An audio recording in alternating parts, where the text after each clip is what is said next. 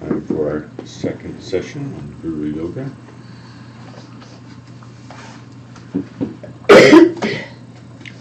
Any leftover questions from before? Corey? You said the root guru was one who pointed out the nature of your mind and it stuck. Yeah. Does that really ever happen until you're enlightened, or like if it really stuck? I mean, wouldn't you be doing pretty well? Yeah.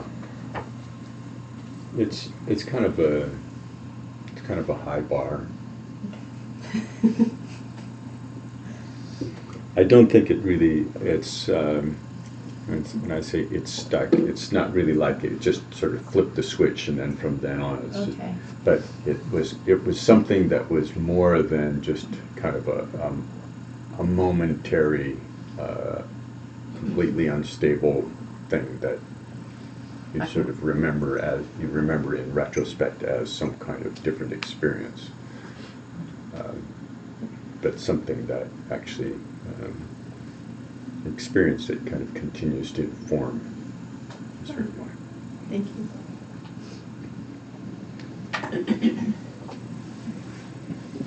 There are, Stan brought up the question of the relationship with the kind of a personal relationship with an actual teacher. And there are so many things written about the relationship with the guru that I think in the end a lot of them are unhelpful without starting from a very, very simple place. I think you have to start simply. The injunctions to that you must, but it's really rendered almost like thou shalt. Thou shalt believe 100% that your teacher is the Buddha. But this is, what's that? Good luck with that one. Yeah, good luck with that one. And good luck if you actually really try to do it. And sort of convince yourself that you've done it when you really would have a hard time picking out a Buddha unless the Buddha was wearing a name tag that said Shakyamuni and just Formerly Siddhartha. formerly known as Siddhartha. Nay, Siddhartha. Yeah. Bokar Rinpoche said something very interesting on this. He said, though you have likely read or have heard that you should see your guru as the Buddha, I want to ask you, how do you actually see your teacher? Do you see your teacher as really kind of a good colleague on the path? Somebody who's a good, sort of generally a good teacher, knows the Dharma, somebody who appears to have some experience, somebody who appears to have some sort of more impressive, stabilized realization, somebody who really manifests bodhicitta, looks really like a bodhisattva, or do you really see the teacher, your teacher as a Buddha? Mm-hmm. Look to see how you actually see your teacher. And then start with that. And I think that was, ever since that moment, I've sort of set aside just all the kind of hyperventilation about relationship with the guru it just really evaporated, because that brought it back down to, this is my experience, this is my capacity for appreciating the individual who's in front of me. I might not be able to even see a Buddha if there was one. Could be a Buddha, or just a pretty good teacher. I actually don't have the capacity to discern. But what am I actually capable of discerning? And then really start from there and work from there. So it's very, very straightforward kind of approach that Böger Rinpoche put forward. And I think the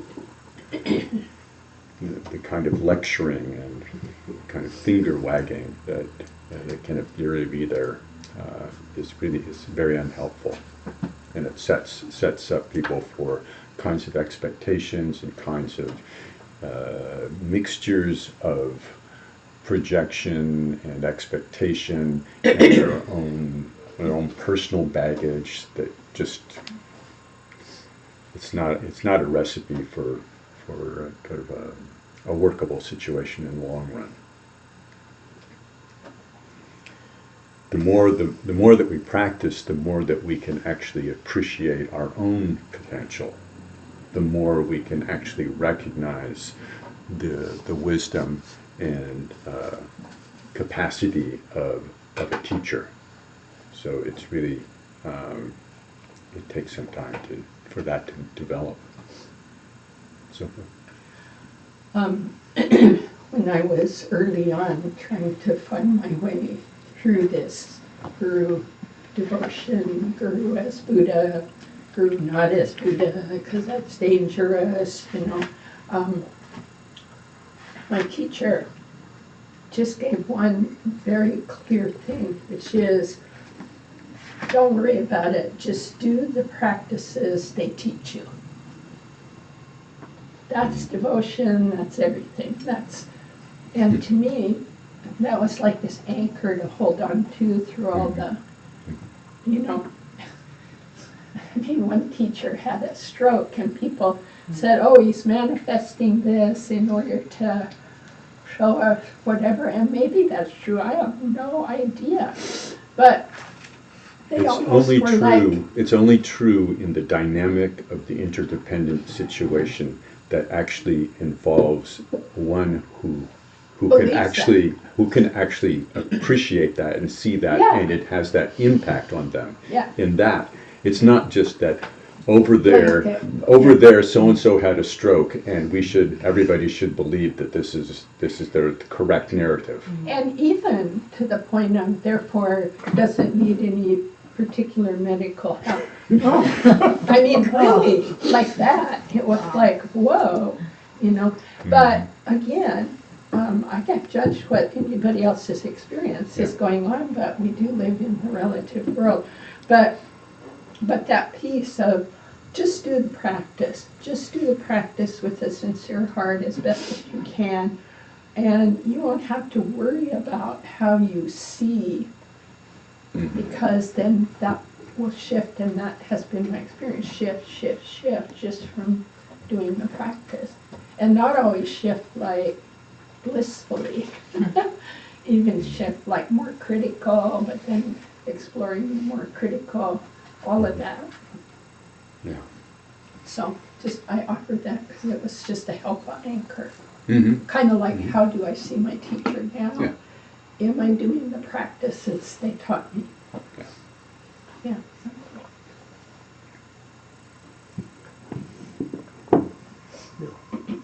Yes. So I can't remember the exact name of the categorizations, but isn't in the Mahamudra teaching is it the empowering condition that describes the 4 types of gurus? The Yeah. guru of the teachings, the teachings of the Buddha, the guru of the lineage, the sign guru of appearance, and the guru of ultimate dharmata. Mm-hmm. Yeah. And it's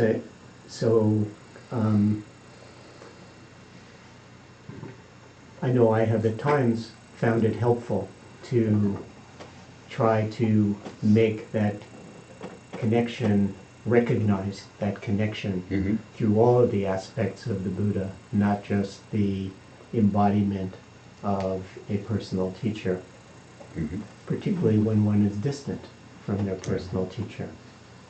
Yes. Yeah. Yes. That sequence is actually very, I think, very helpful, and it makes me recall two things. One is one of the refuge prayers. I think it's from Tongtong Gyalpo, and it includes, I take refuge in my own mind, in Dharmakaya. I'd have to recite the whole thing to get the line to come out exactly right, but that's, and another is, there's a wonderful prayer from the Shanpa lineage, which is this song of devotion to the Guru as one's own mind. One's own mind as the Guru. It's kind of, and it's not just kind of one simple thing. It's, I offer this and I offer this and all of it. It's really quite an inspiring piece. But for those of us who are kind of, we need all the full range. That can give us confidence kind of in the heart of the matter. Taking refuge in my mind, Dharmakaya.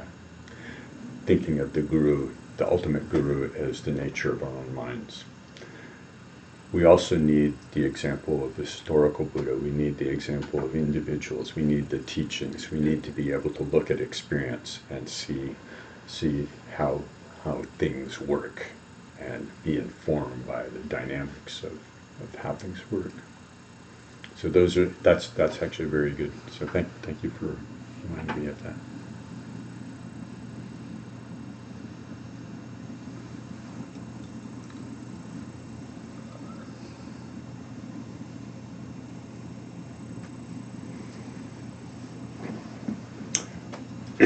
So, shall we go through the practice?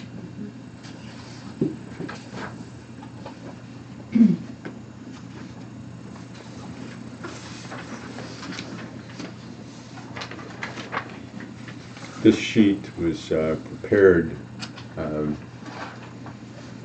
Laura and I prepared these as kind of a condensed outline of instructions for how to do the practice. Since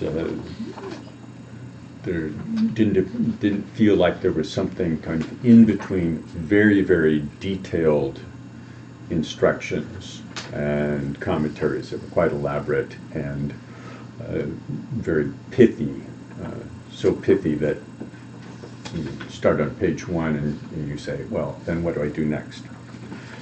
So just to provide kind of the basic outline, which will kind of give you the opportunity to fill in different places with more information.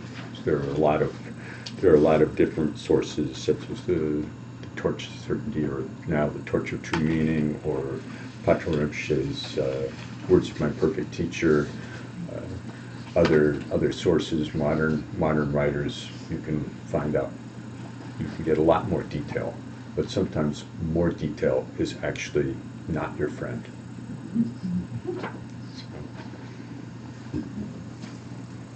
And the way that Bokar Rinpoche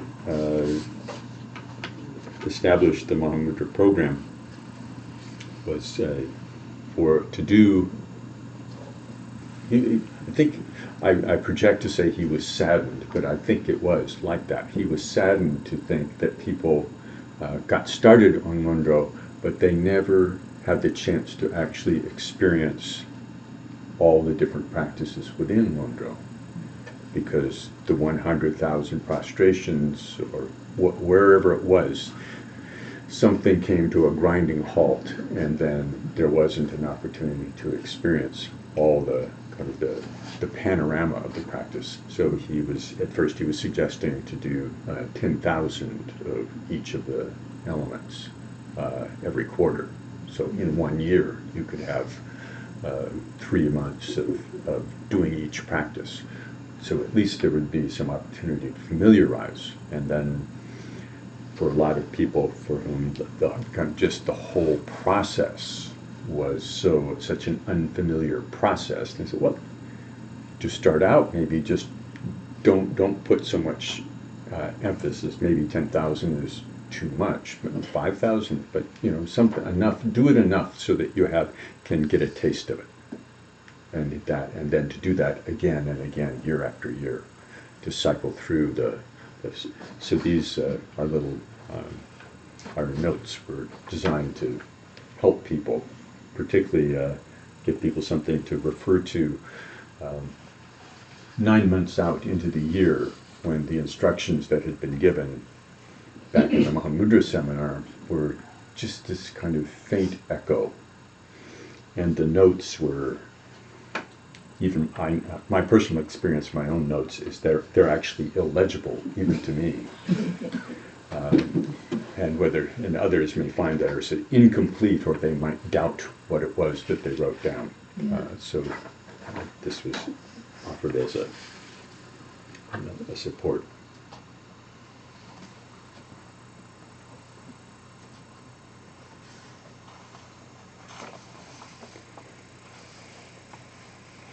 Whether when we do the Guru Yoga as a formal practice, we always begin with the brief Palden Sawe, the prayer at the beginning of Mundro to the Root Lama, asking for blessings. It's at the very beginning. This starts many practices begin with this. It's kind of like it's almost like this one is Karmapa. I heard Eric said this is like you have an opportunity for just a small empowerment to start your practice. So it has doesn't have the detail involved, but it has kind of that stepping into that frame of reference. And then beginning with refuge, and whether we refuge in bodhicitta, whether we use the support of the liturgy that's in the Mundro practice, or whether we use a briefer recitation as a support, it doesn't really. That's not significant. So just there's the brief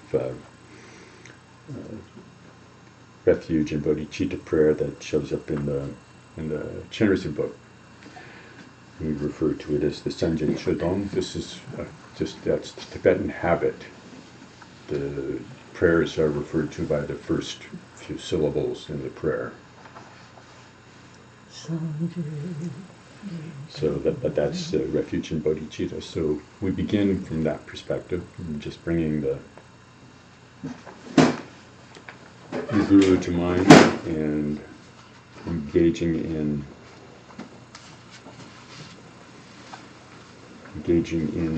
generation of bodhicitta, and taking refuge.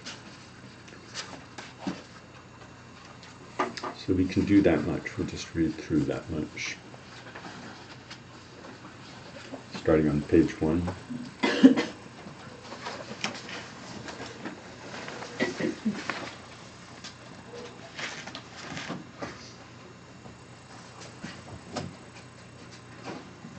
Imagining our root guru in the form of Vajradhara,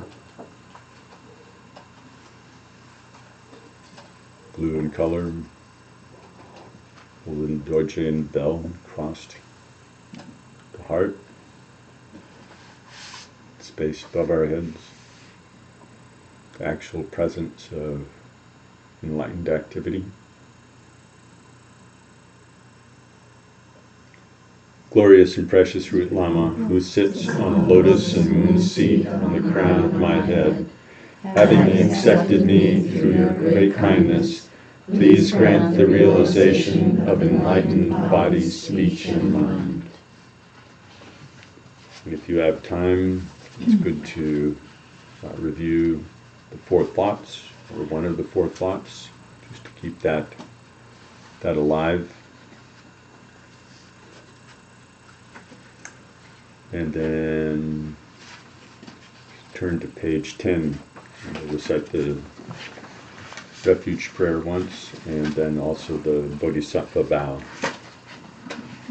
once, for brevity for today. And thinking of all sources of refuge, all manifestations of enlightened activity present immediately in front of us, the vast array,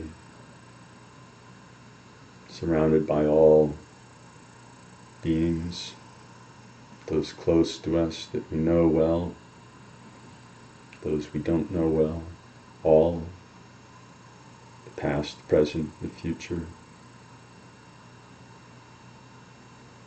all turning attention to going for refuge, aspiration to find freedom from suffering, the fruition of profound liberation, well-being. We go for refuge to the glorious holy lamas. We go for refuge to the yidams, the deities of the mandala. We go for refuge to the Buddhas, the transcendent conquerors. We go for refuge to the sacred Dharma. We go for refuge to the noble Sangha. We go for refuge to the assembly of Dakas, Dakinis, Dharma protectors and guardians who possess the eyes of intrinsic awareness. And then the Bodhisattva vow. Until the heart of enlightenment is reached, I go for refuge to the Buddhas, the Dharma, and the assembly of Bodhisattvas.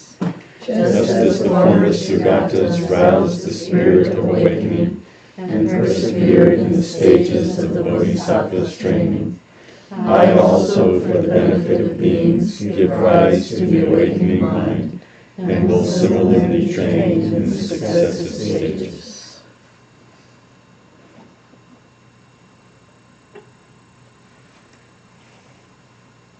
You can allow the sources of refuge to dissolve into us.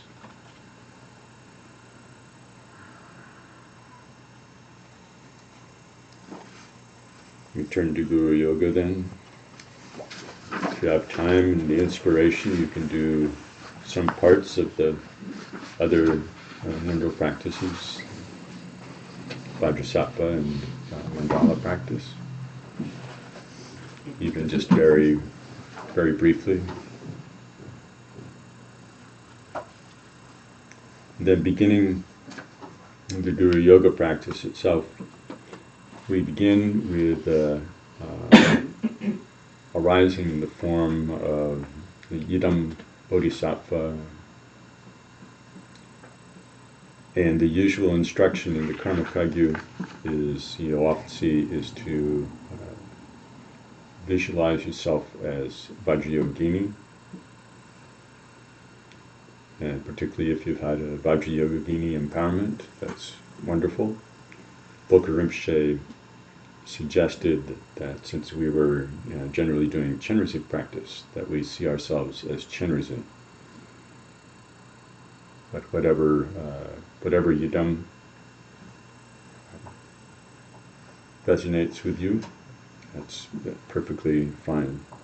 This is a beginning to step outside of our identification with our own personal story, with its limitations and all the baggage that goes along with it, and begin to identify with the potential, our pure nature. So we start with that. imagining ourselves as the yidam.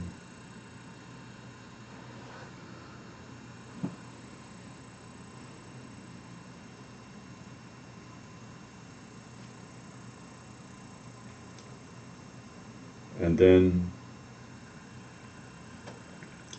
we imagine all the sources of refuge present in space above our head.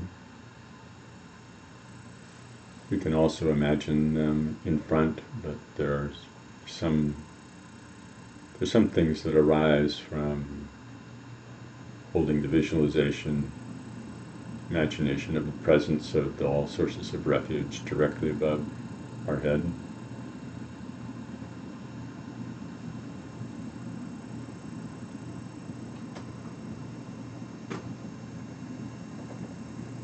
And it can always be frustrating. We can always go to the limit of what we can easily hold in our imagination and feel frustrated by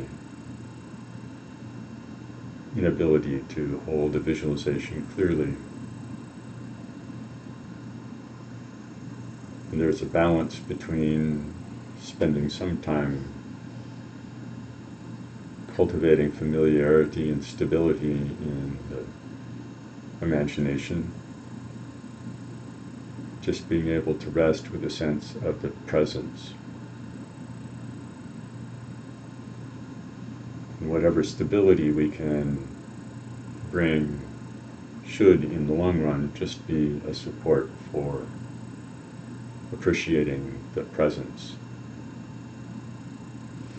enlightened beings, our Guru. So it may be that it's only some small element of the visualization that's clear, but having a sense of the presence is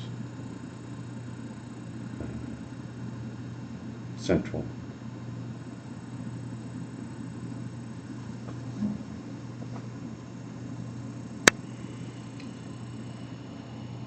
We recite the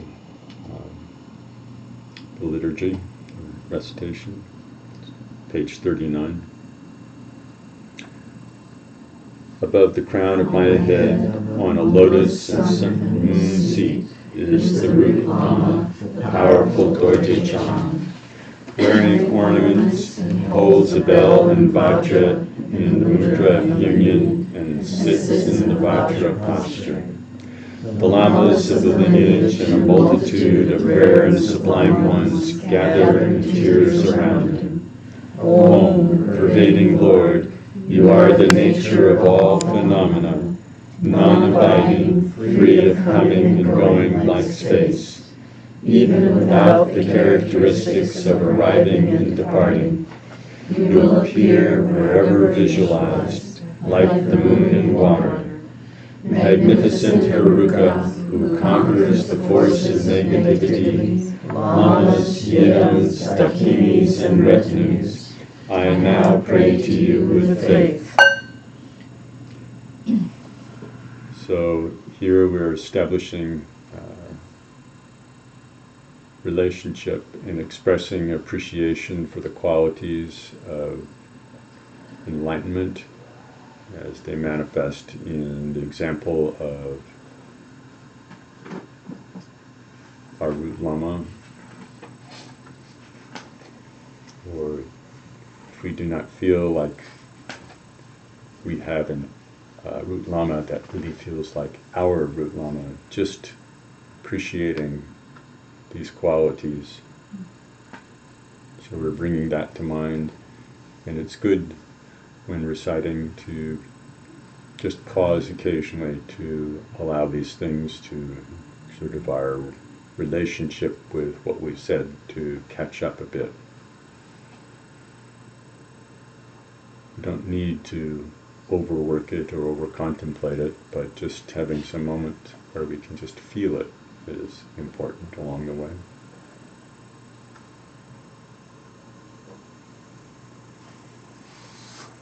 And we offer some prayers. by the power of non-referential compassion, appear here clearly, arising from the citadel of absolute Dharmadatta. You are the very essence of all awakened ones of the three times. You truly reveal my mind to be Dharmakaya. I bow to you, noble and authentic Lama. I offer my body, wealth, and all things imaginable and give praise. I confess harmful actions previously committed and will not repeat them in the future. I rejoice in the virtues of all beings and dedicate all merit for the cause of supreme enlightenment. I pray that you not pass into nirvana and urge you to turn the karma wheel of the excellent unsurpassable vehicle. Just as the victorious ones and their descendants trained in love and impartial compassion and realized the absolute co-emergent wisdom, grant your blessing that I also may truly realize this. Grant your blessing that the illusory body be realized as the Nirmanakaya. Grant your blessing that the life force be realized as the Sambhogakaya. Grant your blessing that my mind be realized as the Dharmakaya. Grant your blessing that the three kayas inseparably occur.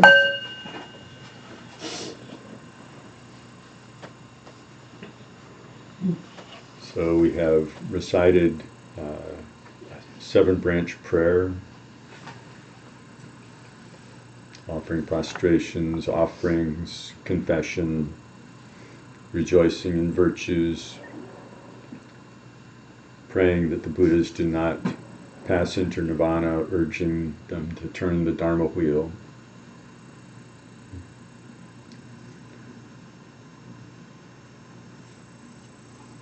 And then we begin with the first overt reference to the three kayas in the Guru Yoga.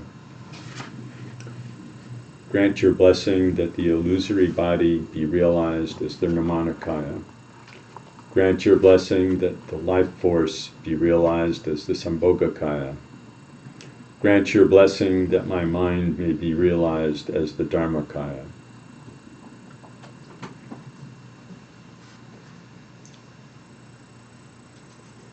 So we're asking that all aspects of our being be seen for what they are. Though the three kayas sound like three separate things, they're really quite connected. And the last line of grant your blessing that the three kayas inseparably occur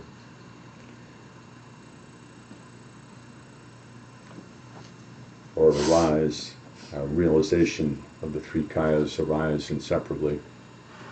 Various ways you could translate it.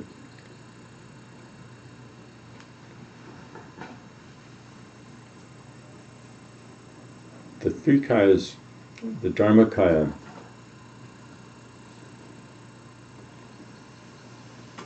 referring to the, you could say, the most essential nature of mind.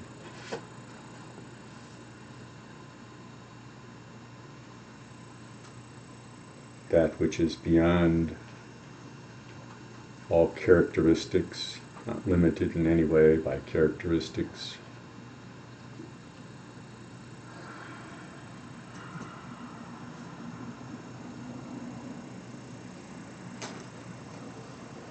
When the nature of experience, the nature of our mind is seen in such a way that this deep nature is clear,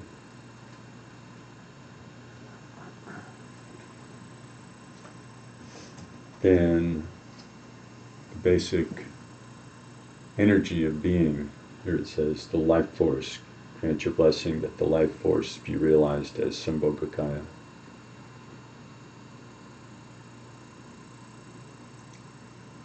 That this basic energy of being seen in the light of this deep insight, is not constrained by confusion. It's not constrained to chase after things, to chase things away.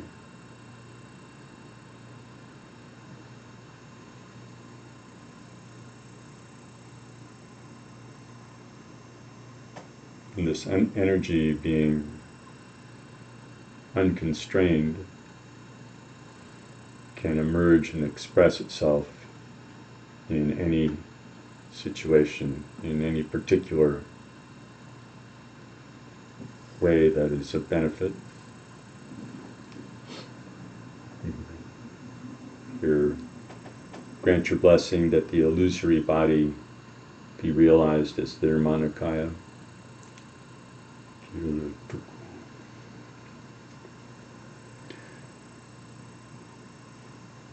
Talking about seeing the nature of the appearances of what we take to be ordinary experience. Seeing through the illusory side of how we experience that. So this is just one of the first expressions of that. Following this prayer, then there's an extended lineage prayer,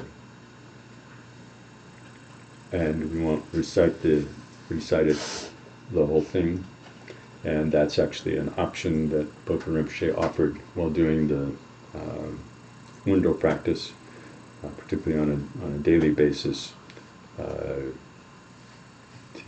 it wasn't necessary to recite the entire lineage prayer because it can take some time.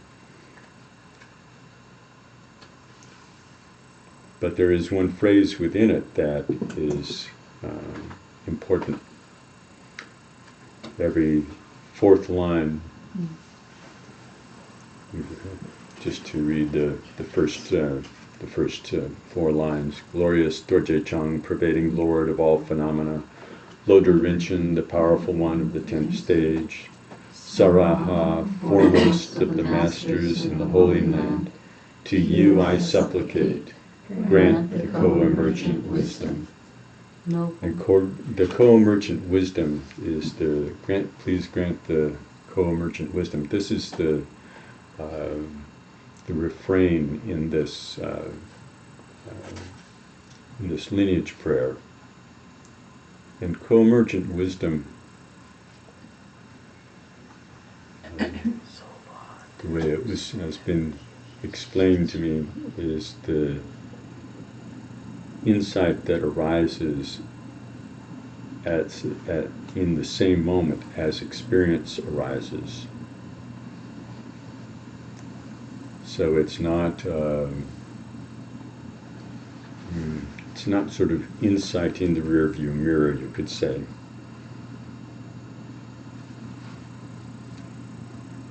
It's insight that is present. It's part of a realization that's present, so that all experience actually unfolds in the midst of that realization. It's inseparable from the realization.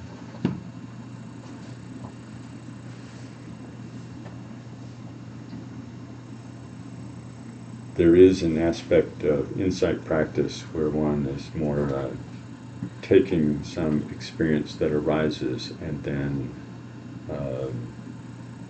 sort of examining it to see more clearly what it is, to see its nature.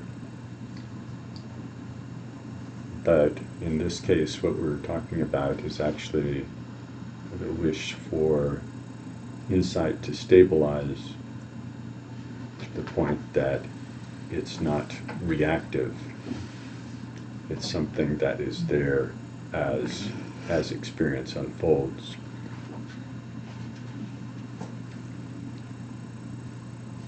So that's the theme through this extended lineage prayer. And different traditions, even within the Karma Kagyu, will have slightly different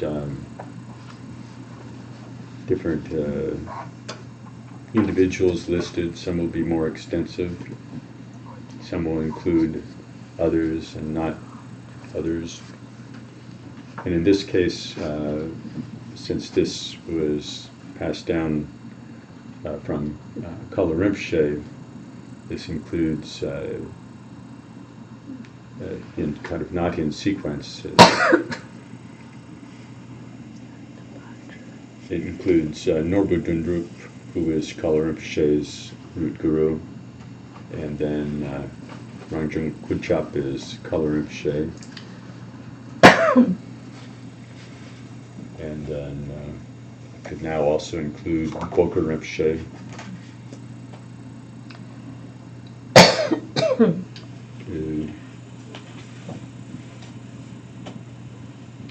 Go to page 51.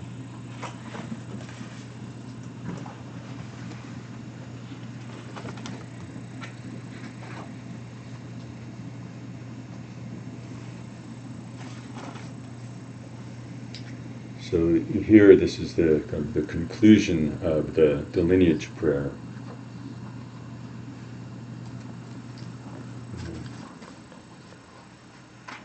I just recite page 51. The fundamental nature of the ground, path, and fruition is Mahamudra. Kind one who points this out as my true signature, Buddha Lama, embodiment of all Buddhas, to you I supplicate, grant the co-emergent wisdom.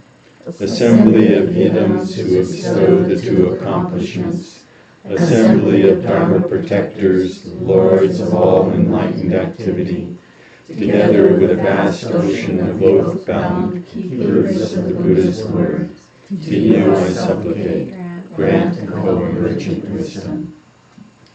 So here we have ground, path, and fruition, Mahamudra, introduced.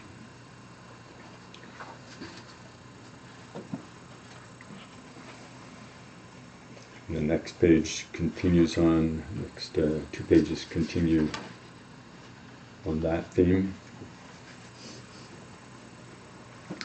Free from gathering and dispersing, affirming and negating, existence and non-existence, free of all phenomena of cyclic existence and beyond, yet the basis of everything, such is ground Mahamudra in its natural state. By the blessing of this prayer, may it be realized. Without conceiving of an object to realization, the act of realization, or one who realizes, without rejecting that which obscures, the obscuring or the obscured, completely transcending the destination a traveler and a path, such is path Mahamudra, may it be actualized. Without conceiving what is to be attained, the act of attaining, and the one who attains, what is abandoned and what is attained are undifferentiated. The inseparability of ground and fruition. It is unmanifest, yet the nature of all manifestation. Such is fruition Mahamudra. By the blessing of this prayer, may it be actualized. So ground, path, and fruition in Mahamudra teachings are something that you can look into. This is a good thing to study in more detail. The ground is the nature of mind itself. The path is that which helps us to recognize the ground, and the fruition is the recognition of the ground.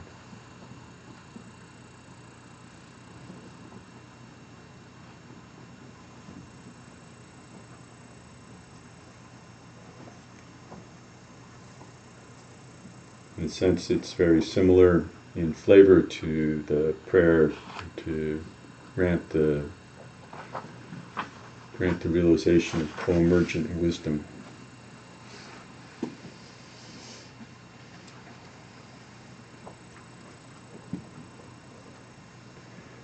isn't anywhere to go other than exactly what's unfolding in the moment.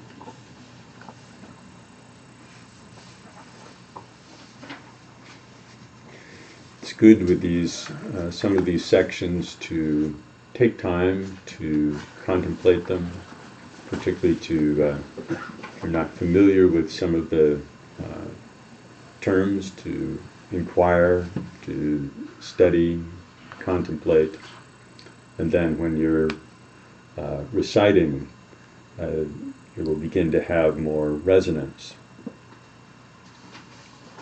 That's then you can approach it in a variety of ways, reading it through slowly, sometimes pausing on one particular piece that's really feels like it's where the edge of your practice is. It's all encouragement for us to look closely at our experience and our nature. Next is the Dröje Changtungma, which is a short lineage prayer, and then some it's a supplication that also includes some pointing out at the stages of the path.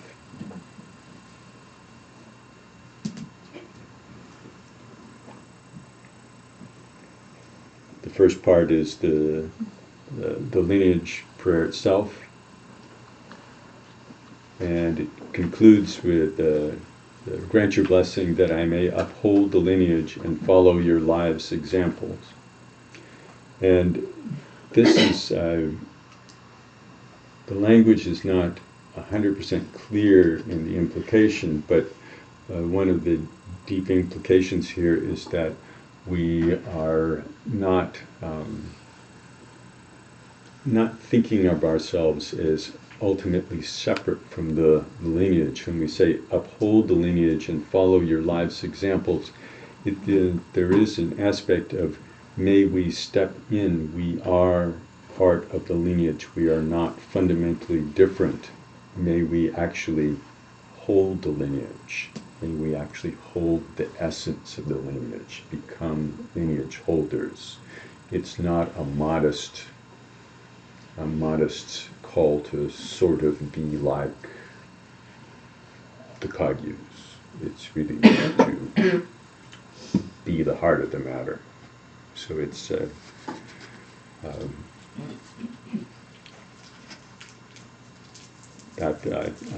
when I heard that part, that made me think about it a little differently. The sections after that talk about the different elements of the path. And the first one is the revulsion and non-attachment to samsara, and the cultivation of devotion. And each one of these ends in a statement that's rather bold. In the first case, the one who has severed ties to this life, as though we have already accomplished that. Grant the blessing of being indifferent to possessions and honors. And then, to this meditator who continually prays to the Lama, who opens the door to the treasury of oral instructions, grant the blessing that uncontrived devotion may arise. And uncontrived, it's really that's that aspect of just the kind of the spontaneous enthusiasm, the spontaneous inspiration. And we do wish for the blessing that this arises. And then the last two quatrains, non-distraction is the body of meditation. The essence of whatever thought that arises is new. To this meditator resting in this unfabricated state, grant the blessing that meditation be free of concept. the meditator who is resting in this unfabricated state. So we're just,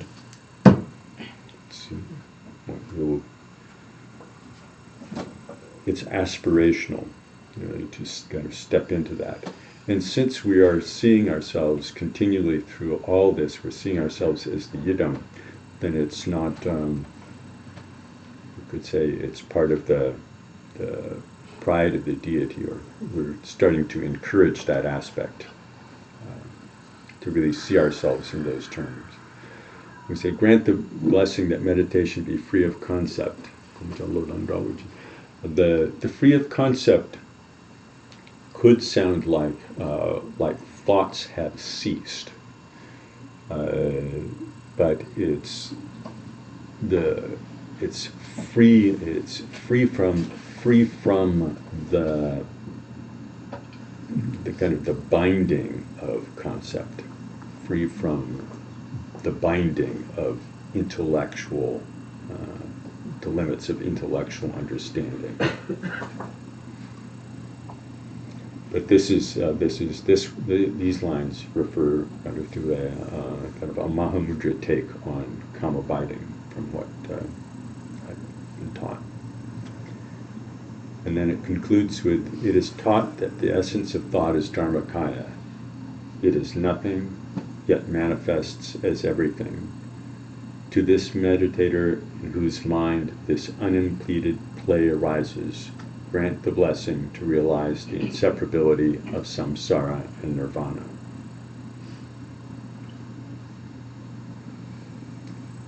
And that one is not familiar with this. This one definitely takes some time to absorb, some inquiry, to see this. But going back to the co-emergent wisdom does not require that one experience ceases and another experience, a better experience, takes its place in order for us to be free. So in the same way, the essence of thought is Dharmakaya is Namtok. Thought here is kind of limited. The Namtok is the any appearance or experience arising which is tinged by or governed by the perspective of an experience I am having. It has that any experience that arises with that concept kind of layered into it or infused. Namtok has that flavor to it. So it's not just thought, though it's very often translated as just thought. The essence of, so we could say, the essence of all experience that we take to arise as my experience, the essence of that experience is Dharmakaya. The essence is just expression of this nature. It is nothing, which is usually, we talk about emptiness quite a bit. So the no thingness, it is no thing, yet manifests as everything.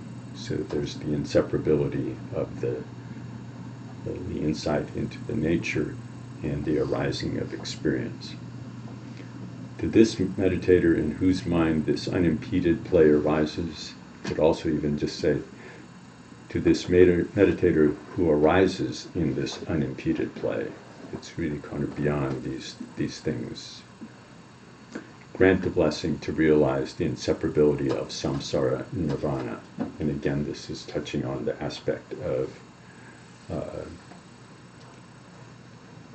liberation arising not by changing the content of experience, but by seeing the nature of the experience as it arises.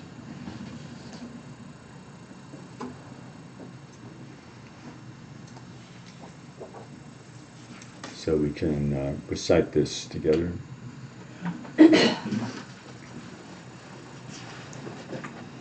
Great Vajradhara, Tilo, Naro, Marpa, Nila, Lord of Dharma Gampopa, knower of the 3 times omniscient Karmapa, holders of the 4 major and 8 lesser lineages, the Drigum, Taklum, Tsangpa, glorious Rupa, and the rest, masters of the profound path of Mahamudra, the Dakpa Kagyu, unrivaled protectors of beings, I supplicate you.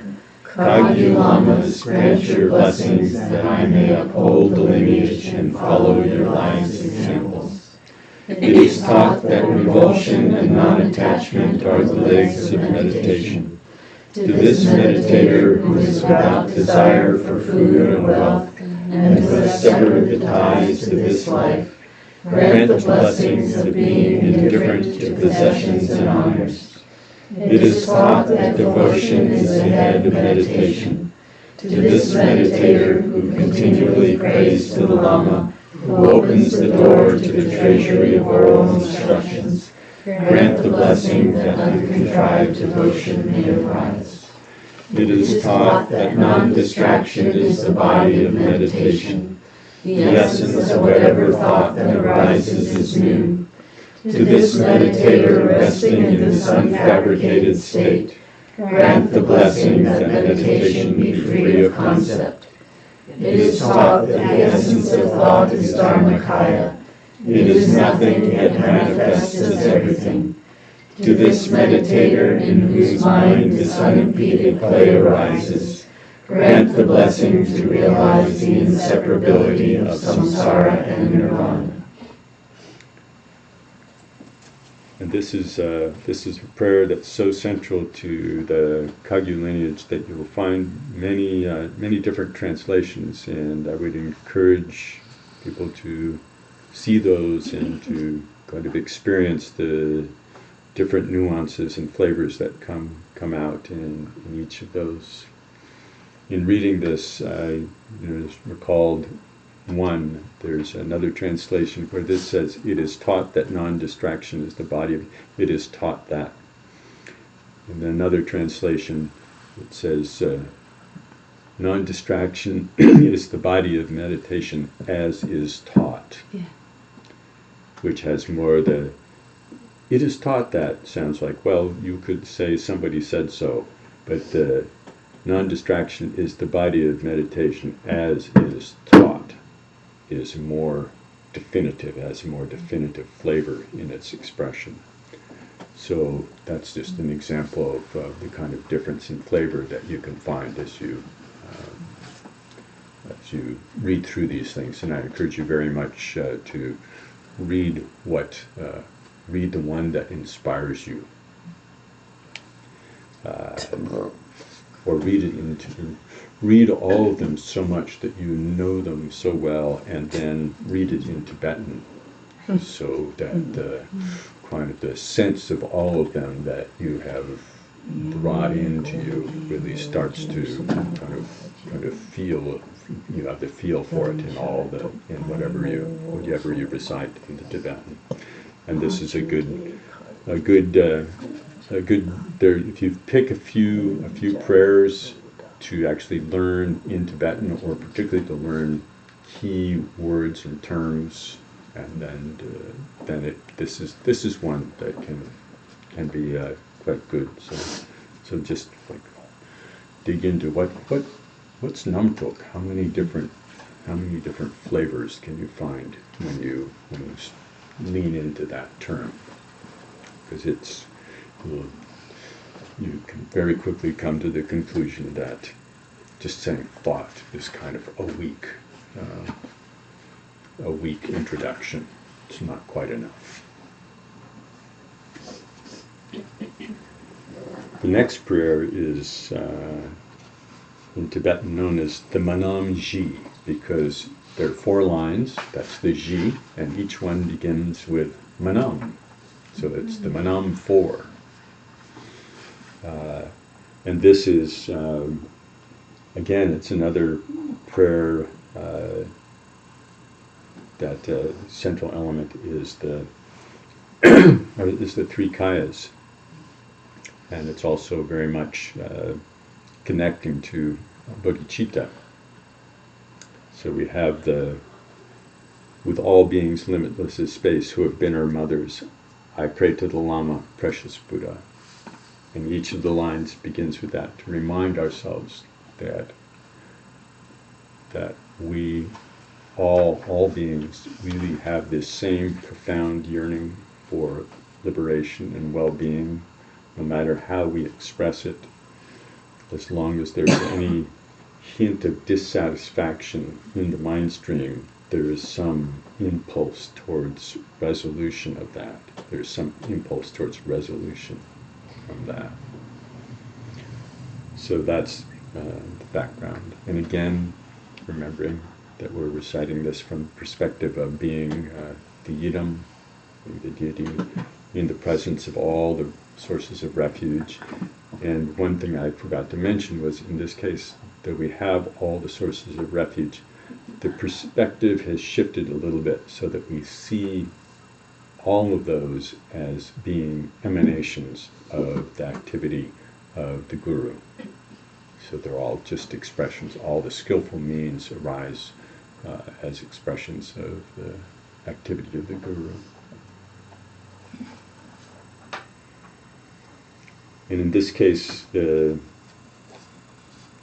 is another case where if you lean into the prayer a bit and study and go into it, there are certain things that will come out.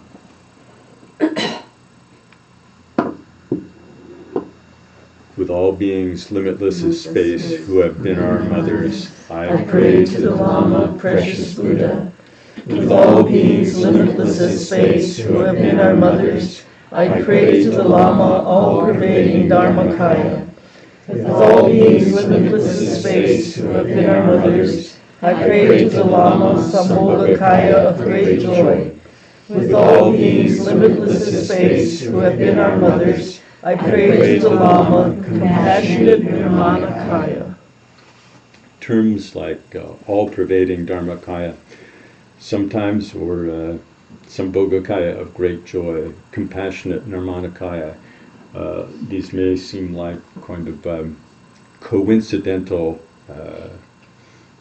modifying phrases, but in the case of all-pervading Dharmakaya, the Kunkya Chikikyu, the all-pervading or all-pervasive, all-pervading is probably better.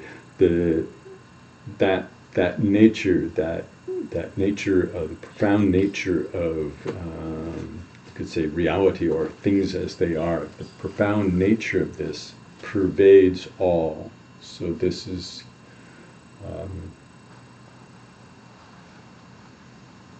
something kind of it's not just kind of an incidental modifying phrase. It's not like just saying the really good Dharmakaya or the totally swell Sambhogakaya. If you lean into this, you can start to see that these phrases are more meaning.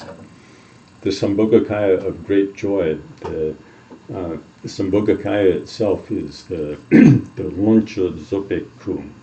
The Ku is the body, and the Loncho Dzogpa is refers to having all resources. It calls back to the seeing the life force as Sambhogakaya. It's kind of a level of completeness, and there's nothing lacking. There's a kind of all resources are complete within the realization. It has that resourcefulness. This is kind of like the difference between, say, gasoline and things or petroleum, and that which you could make from petroleum, which would include plastics or include making a cargo or whatever it is. But that sense of perfect resourcefulness, complete resourcefulness. And in that completeness, it is complete in a way that has no wanting, and in that lack of want, there is the great bliss is kind of intrinsic to that circumstance of completed or complete resourcefulness. I'm not sure how to express it that well, but that sense of all the energy needed and all qualities complete in that sense. And it can manifest in anything. And then the compassionate Nirmanakaya, the Tuche Bhikkhu. Tuche is it's translated as compassionate, but the kind of the great mind, the great capacity for benefit.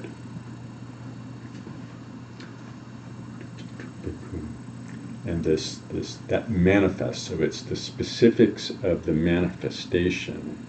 You could say it's like there's the resourcefulness and the blissful resourcefulness in the Sambhogakaya aspect, and then it can manifest in activity in any particular, in that usually having missed our basic nature, then we feel incomplete and our activity is kind of churning and grasping, and that projects the reality.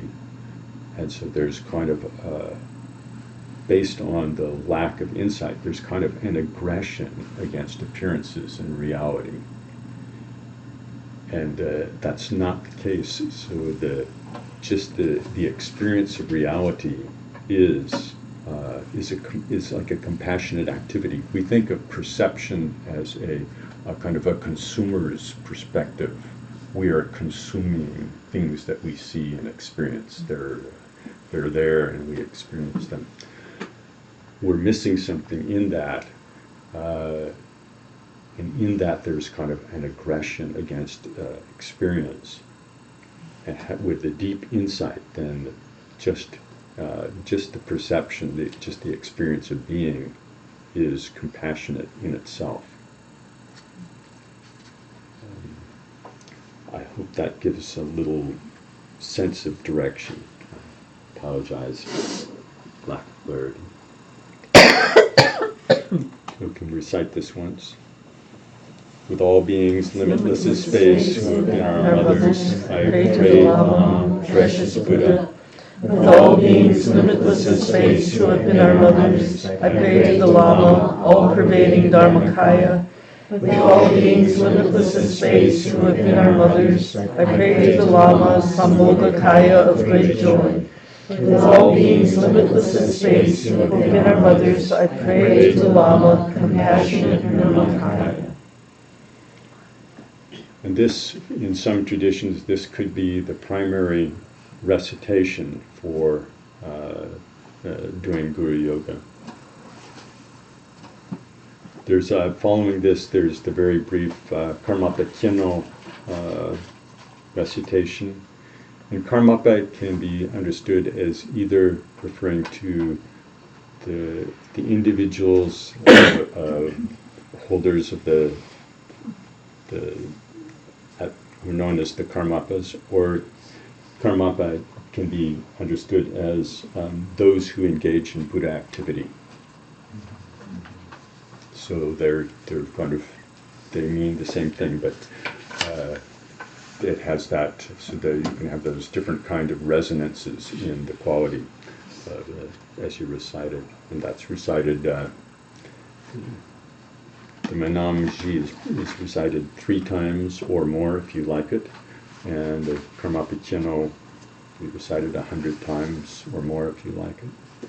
Then the core recitation for the Guru Yoga is on the next page, and that's sometimes it's referred to as 6 lines, but it's actually 7 with the introductory line. You could say, I pray to the precious Lama. So we're addressing, again, calling our self as unum in the presence of the all refuges, manifestation of the Guru. And there are two different kind of sections within this. The first three, to grant your blessing that my mind may give up ego clinging. Grant your blessing that I may be free of wanting. Grant your blessing that concepts contrary to the Dharma may cease. These are all supplications that we may overcome certain kinds of tendencies. And the ego clinging, the Dugzing is, ego clinging is, it's okay, but self-grasping or grasping after a sense of self is more the core of it. The ego clinging or can make it sound like we're actually talking about sort of more like ordinary selfishness, which is actually more the concepts contrary to the Dharma. That would come under that. But this is kind of the more fundamental, unelaborated grasping after an impression of self at the core. Grant your blessing that I may be free of wanting. The Gyme, which is translated as the wanting, there's a kind of a sort of a wanty, needy sense that based on the mistaken grasping after a sense of self, there is the state of incompleteness, the state of grasping, the state of feeling like something's missing. So. And that we kind of indulge in many ways. So may I be free of this wanting needy, indulging in the wanting needy thing. And the wanting needy thing elaborates into kind of the full flower of all the schemes in our lives, and that's really that's my sense of what we're talking about with concepts contrary to the Dharma. Sometimes it says, I've read one thing, it said non-secular thoughts. It's really, I didn't find that very helpful, but you'll find many things, or non-dharmic thoughts. It also sounds like naughty thoughts or something that you should be better than that.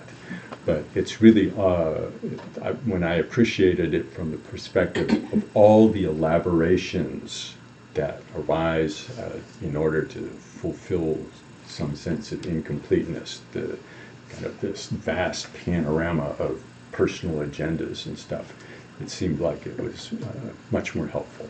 But this is something to look at multiple translations and contemplate it.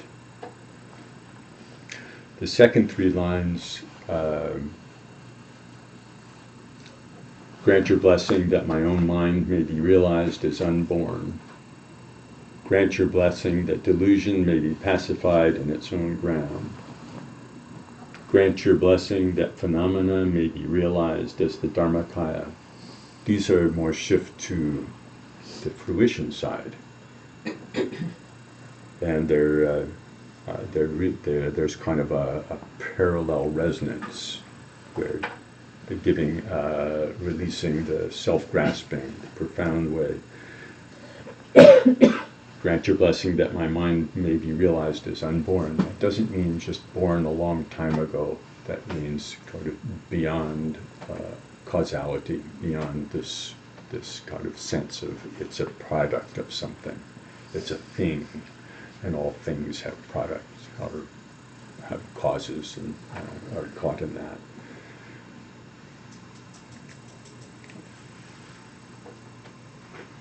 Grant your blessing that delusion may be pacified in its own ground. Delusion or confusion, this talks about more about the Krupa is more about the fundamental confusion about the nature of things and the dynamic that flows out of that. and that may be pacified in its own ground. You can read various things, but I actually like the pacified in its own ground, since it does point back towards this aspect of not needing to replace one experience with another improved experience, that whatever experience that arises is actually the ground for realization. And grant your blessing that phenomena may be realized as the Dharmakaya.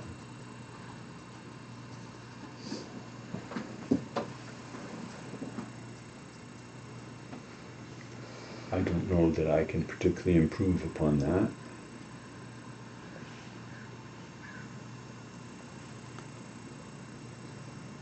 But it also has that same flavor as the co-emergent wisdom.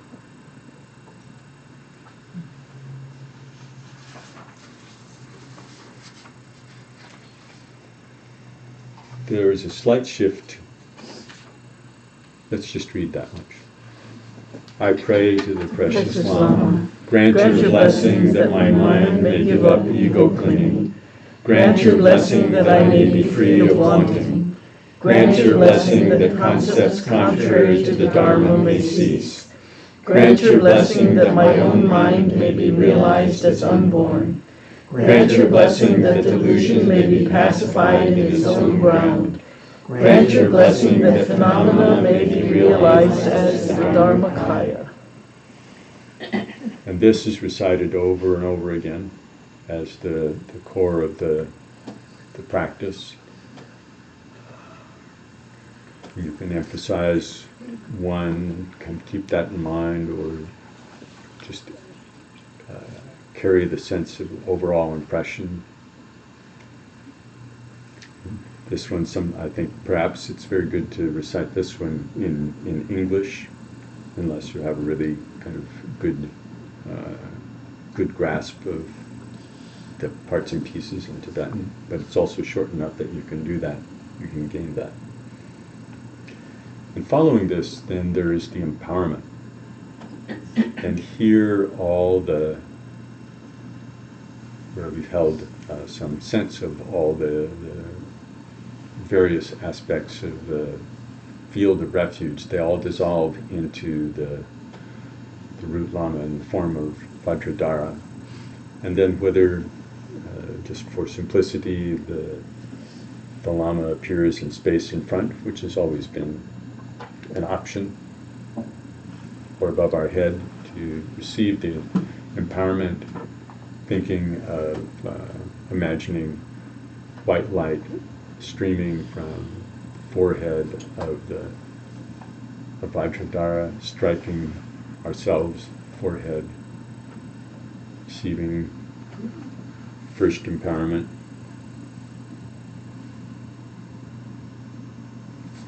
Then red light from the throat to our throat, blue light from the heart center to our heart center. And then all three together. And the four empowerments are really something beyond what I want to go into, but maybe it's better not to get lost in the details of that and just hold the sense of that all the qualities of enlightenment as manifested in the root Lama, held in the form of Vajradhara, these are all streaming into us. And then as the empowerment is complete, then the Lama dissolves into light, the Guru dissolves into light, dissolves into our form. And then we engage in the dissolution, just allowing the form of ourselves to just disappear like a rainbow in space. There are various ways to do dissolution, but that's a good one. And then we just let our mind rest at that point. So we can read through the empowerment. First there's quest for the empowerment. Noble and authentic lamas, please bestow upon me the four empowerments that mature. Grant your blessing for the quick maturation of the four streams of being. Please grant the accomplishments of the four types of enlightened activity. Having prayed in this way, the retinue instantly dissolves into light and merges with the main form of the root Lama. The complete embodiment of the rare and sublime ones clearly manifests in the form of the Lama. From the Lama's forehead, white light emanates and is absorbed into my forehead, purifying obscurations of the body.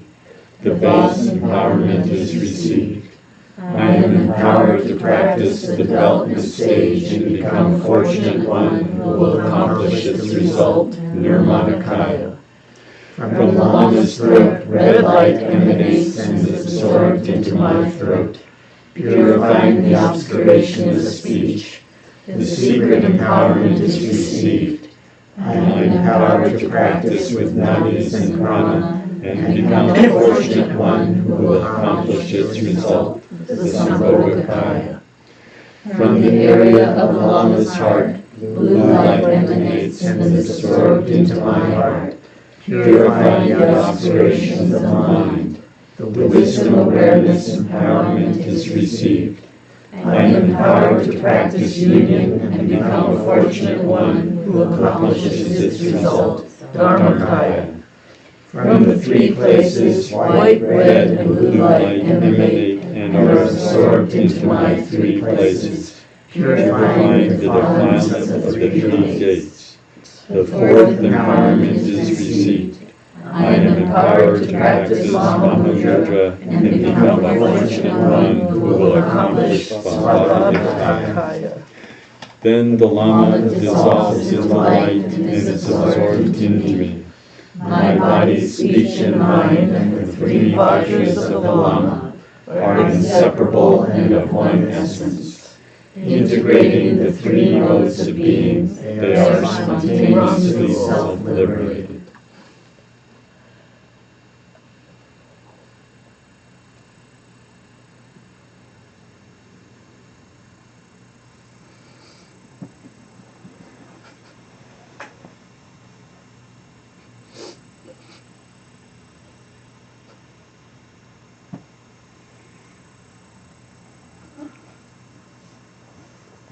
And arising with the sense that appreciating a fundamental inseparability with the enlightened ones, we offer dedication. I dedicate this virtue that all beings without exception reach the undying state of Vajra mind through the ever blissful union of means and wisdom. Traveling the inner Vajra path, may they attain the pinnacle of awakening.